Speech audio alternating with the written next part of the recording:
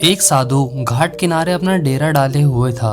वहां वह धुनी रमाकर दिन भर बैठा रहता और बीच बीच में ऊंची आवाज में चिल्लाता, जो चाहोगे सो पाओगे।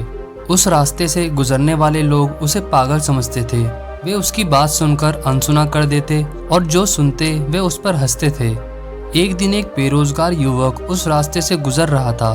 साधु के चिल्लाने की आवाज उसके कानों में भी पड़ी, जो चाहोगे सो पाओगे, जो चाहोगे सो पाओगे। ये वाक्य सुनकर वह युवक साधु के पास आ गया और उससे पूछने लगा, बाबा, आप बहुत देर से जो चाहोगे सो पाओगे चिल्ला रहे हो। क्या आप सच में मुझे वो दे सकते हो जो मैं पाना चाहता हूँ? साधु बोला, हाँ बेटा, लेकिन पहले तुम मुझे ये बताओ कि तुम पाना क्या चाहते हो।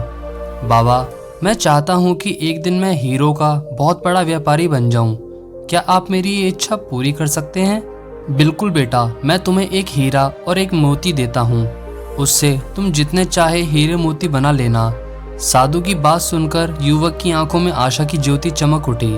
फिर साधु ने उसे अपनी दोनों हथेलियां आगे बढ़ाने को कहा। युवक ने अपनी हथेलियां साधु के सामने कर दी। साधु ने पहले उसकी एक हथेली पर अपना हाथ रखा और बोला, बेटा, ये इस दुनिया का सबसे अनमोल हीरा है। इसे समय कहते हैं। इसे जोर से अपनी मुट्ठी में जकड़ लो। इसके द्वारा तुम जितने चाहो उतने हीरे बना सकते हो। इसे कभी अपने हाथ से निकलने मत देना। फिर साधु ने अपना दूसरा हाथ युवक की दूसरी हथेली पर रखकर कहा, बेटा, ये दुनिया का सबसे कीमती मोती है। इसे धैर्य कहते हैं। जब किसी कार्य में समय लगाने के बाद भी आपको परिणाम ना मिले तो इस धैर्य नामक मोती को धारण कर लेना। यदि यह मोती तुम्हारे पास है तो तुम दुनिया में जो चाहो वो हासिल कर सकते हो। युवक ने ध्यान से साधु की बात सुनी और उन्हें धन्यवाद कर वहां से चल पड़ा।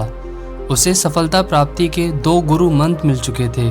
उसने निश्चय किया कि वह कभी अपना समय व्यर्थ नहीं करेगा और सदा धैर्य से काम लेगा।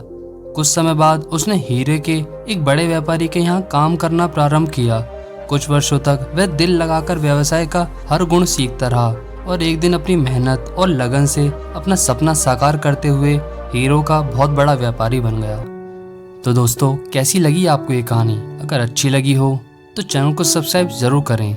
चलिए फिर से मिलेंगे एक और नई कहानी के साथ। तब तक आप रोज कुछ ना कुछ नया सीखते रहिए और खुद को इम्प्रूव करते रहिए।